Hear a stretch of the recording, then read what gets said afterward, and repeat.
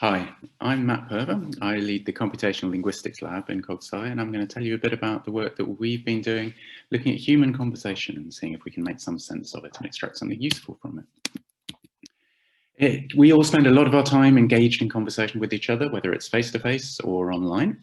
And as soon as you start looking at the things that we say to each other and the way that we say them, you'll realize there's an awful lot of useful information in there we can get.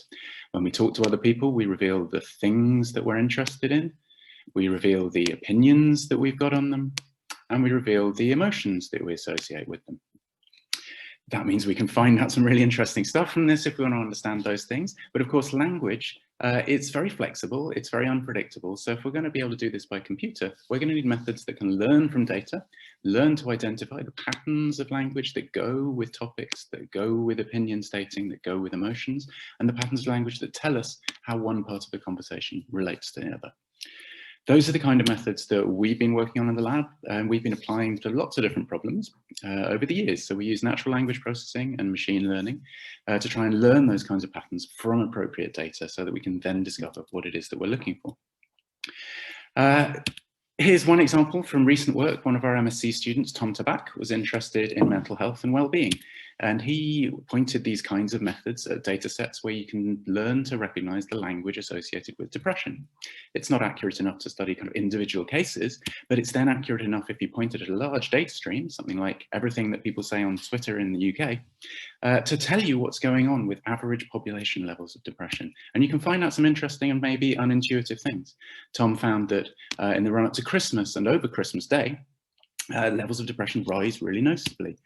Then he looked at what happened this year as some countries locked down because of the coronavirus pandemic, and found that depression levels in general in the UK rose once other countries had locked down but the UK hadn't, and then started to fall once the UK joined them. We can also apply those kinds of techniques to individual cases, and here's another example from the lab.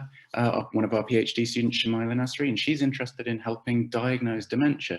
Dementia is a condition that has really significant effects on the way people talk and interact with each other, and she's found that you can help detect some of those characteristic patterns, the way people behave in conversations, for example, trying to avoid particular questions or delay answering them, that you can then automatically detect, and we help make tools for clinicians to help diagnose people and help train them to be better at interacting with people. Those kinds of projects are the things that we then tend to take on to make them to bigger projects, and we've done a lot of work with industry in the past. Similar methods to what Shamila's using, we've used to try and analyze the way therapists deal with patients in cognitive behavioral therapy, and worked with companies to try and build methods which help people get better at pairing therapists and patients and discover what leads to good or bad outcomes. Currently, we're working with newspaper publishers, trying to build similar methods to help understand what people are saying in the comments under news articles and see when things need blocking. If you want to know more about the work that we're doing, go and visit our website or just send me an email. Thanks.